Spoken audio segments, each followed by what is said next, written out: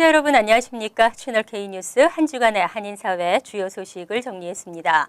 박근혜 대통령이 뉴욕 방문 2박 3일간의 바쁜 일정을 마치고 귀국했습니다.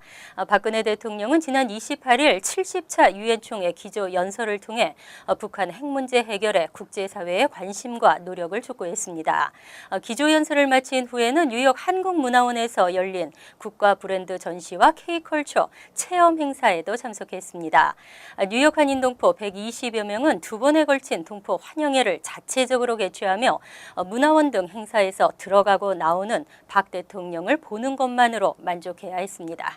금홍기 기자가 보도합니다.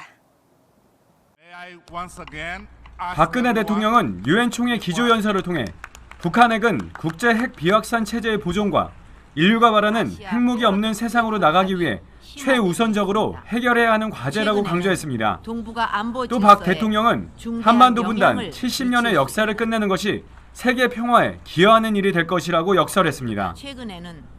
이제 마지막 남은 비확산 과제인 북한 핵 문제 해결에 국제사회의 노력을 집중해야 하겠습니다. 박 대통령은 지난해 유엔 총회에 이어 이번에도 위안부 문제에 대해 언급했습니다.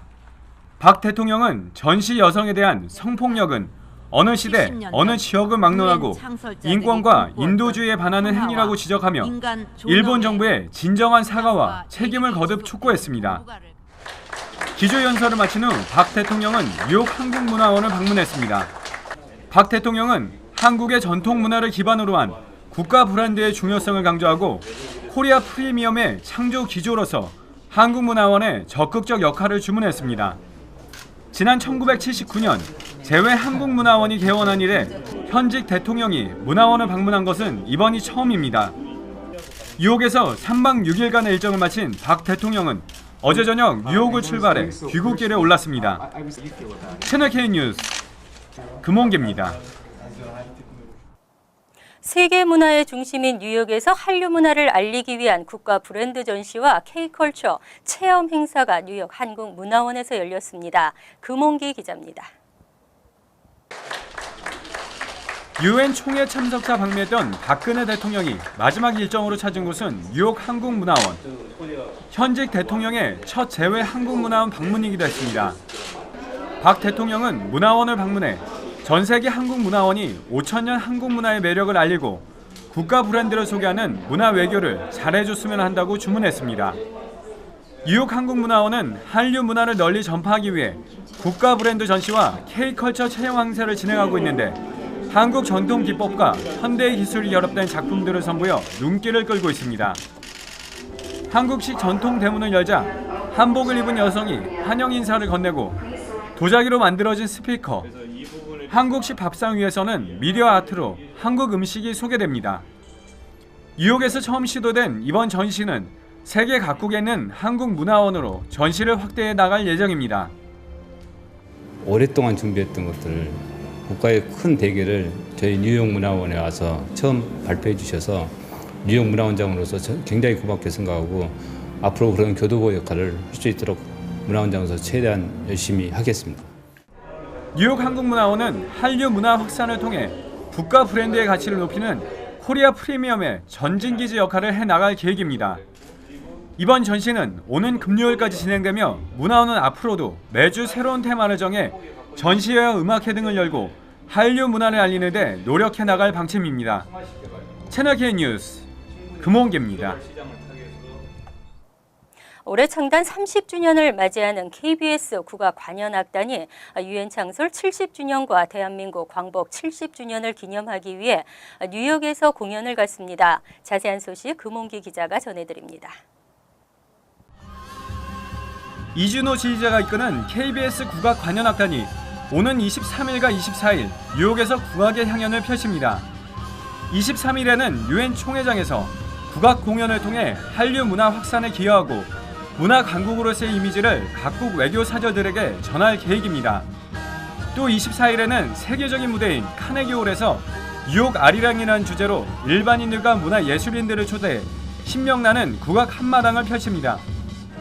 국악관현악단의 이번 공연에는 국악소녀 송소희와 김혜수 국립국악원장 등 한국 정상급 국악인들이 협연자로 나와 아름다운 국악의 선율을 선보이고 가수 다비치가 출연해 K-팝과 국악을 접목한 퓨전 국악의 이색적인 무대도 올려질 예정입니다.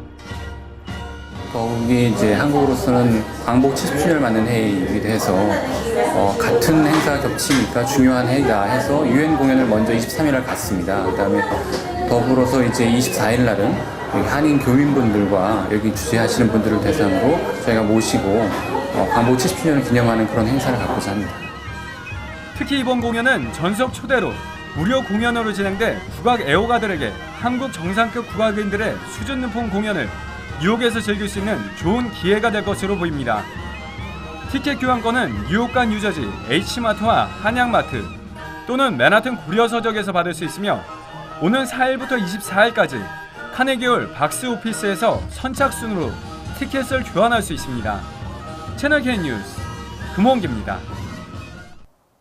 KCS 뉴욕 한인 봉사센터가 한인들에게 다양한 복지 프로그램을 원스톱으로 제공할 수 있는 건물 매입에 나섰습니다. 지금 사용하고 있는 건물은 이미 포화 상태여서 더 큰 건물이 필요한 실정입니다. KCS가 지난 29일 플러싱에서 회관 마련 기금 모금 만찬을 열고 한인 사회에 관심을 당부했습니다. 금홍기 기자가 취재했습니다.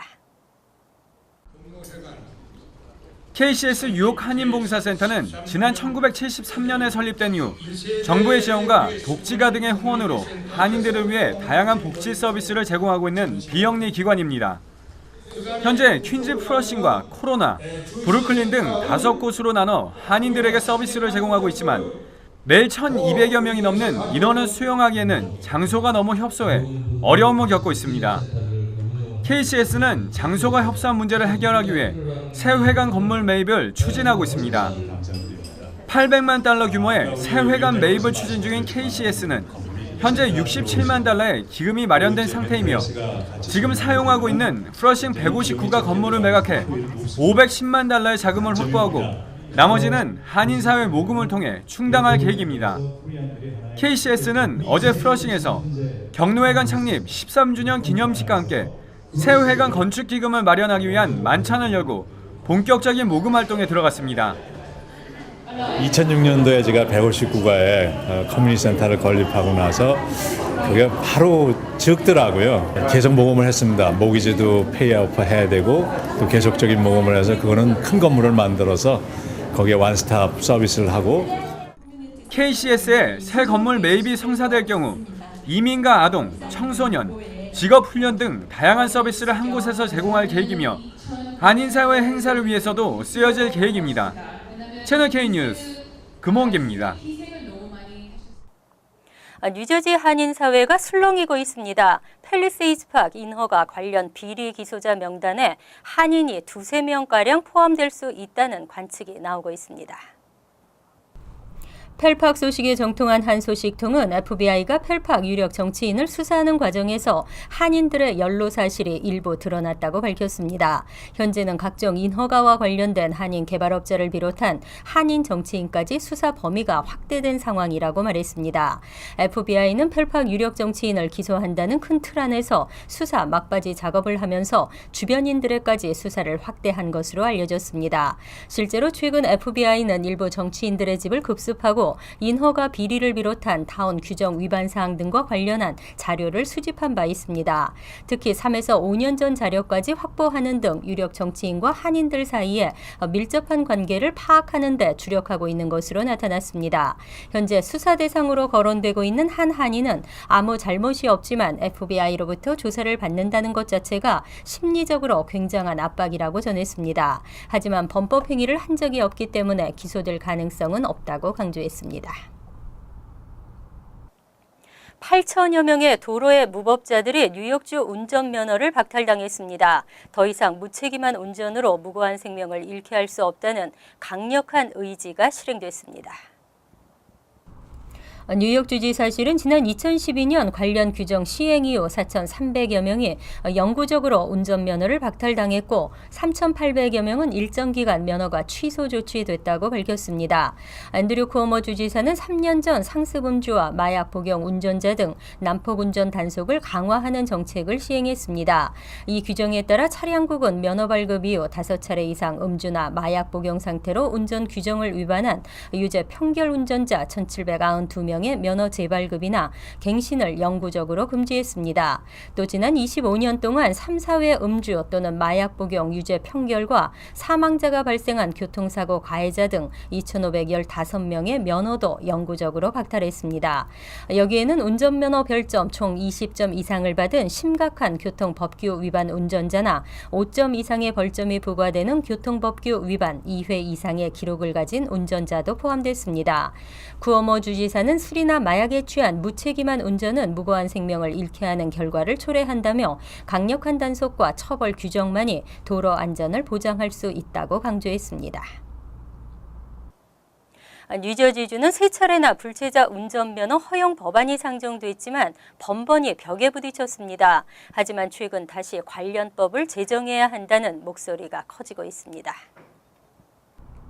뉴저지 프린스턴 타운 의회는 지난달 29일 불체자에게도 운전면허 취득 자격을 부여하는 법 제정을 주 의회에 촉구하는 결의안을 통과시켰습니다. 프린스턴 타운 외에도 현재 뉴저지주에서는 10개의 시 카운티 의회가 유사한 결의안을 통과시켰습니다. 프린스턴 타운 의회는 프린스턴에 거주하는 이민자들은 불법 체류든 아니든 더 안전하고 자유롭게 지내야 한다며 결의안 통과 배경을 밝혔습니다. 결의안은 15만 3천에서 27만 8천 명에 이르는 것으로 추산되는 뉴저지주 내 불체자들에게 법 시행 후 첫 3년 동안 면허증 발급을 허용해야 한다는 내용을 담고 있습니다. 한편 지난해 1월과 2월에는 뉴저지주 상원과 하원에도 비슷한 내용의 법안이 상정됐지만 이렇다 할 진척은 없는 상태입니다. 앞서 2006년과 2008년, 2012년에도 주 하원에서 유사한 법안이 상정됐지만 한 차례도 통과되지 못했습니다. 현재는 캘리포니아와 커네티컷, 워싱턴 DC, 콜로라도, 일리노이 등 10개 주에서만 불체자들에게 운전면허증을 발급하고 있습니다. 뉴욕주 커뮤니티 칼리지의 학비 전액 무료 시대가 열릴까요? 연방정부가 75%를 부담하고 나머지는 주정부가 부담하는 방식으로 2년제 커뮤니티 칼리지 학비 면제가 추진되고 있습니다. 앤드류 쿠오모 주지사와 백악관이 주 저녁에 커뮤니티 칼리지 학비 전액을 면제하는 방안을 적극 논의 중인 것으로 알려졌습니다. 뉴욕주는 전국에서 커뮤니티 칼리지 학비가 가장 비싼 곳으로 꼽히고 있습니다. 뉴욕 주립대사나 커뮤니티 칼리지는 거주민 기준 연간 학비가 평균 4,200달러, 뉴욕 시립대사나 커뮤니티 칼리지는 평균 4,800달러에 달하고 있습니다. 학비 면제가 최종 확정되면 50만 명에 이르는 주 전역 커뮤니티 칼리지 학생들이 혜택을 받을 것으로 전망되고 있습니다. 이와 같은 커뮤니티 칼리지 학비 면제안은 올해 초 오바마 대통령이 제안한 것으로 학비의 75%는 연방정부가 부담하고 나머지는 주정부가 부담하는 내용을 담고 있습니다. 주정부 관계자에 따르면 쿠오모 주지사는 학비 면제를 위해 최대 5억 달러의 예산 지원을 제안한 것으로 알려졌습니다. 한편 전국적으로도 커뮤니티 칼리지 학비 면제가 활발하게 추진되고 있습니다. 연방의회에서도 지난 7월 관련 법안이 상정된 것으로 확인됐습니다. 전국의 불체자 65%가 의료보험이 없습니다. 경제 사정이 넉넉하지도 않은 그들은 아프면 어떻게 할까요? 불체자에게도 의료 혜택을 주자는 법안이 상정돼 주목되고 있습니다. 병을 키워 결국 큰돈이 드느니 미리 관리해 복지 예산을 줄이자는 주장인데요. 오바마 케어가 체류 신분과 관계없이 누구에게나 제공돼야 한다는 내용입니다. 하지만 법안의 앞날은 그리 밝지 않습니다. 공화당이 다수인 연방 하원에서 법안이 통과되기는 쉽지 않을 것으로 전망되고 있습니다. 채널 K 뉴스 여기서 마칩니다. 함께해 주신 여러분 고맙습니다.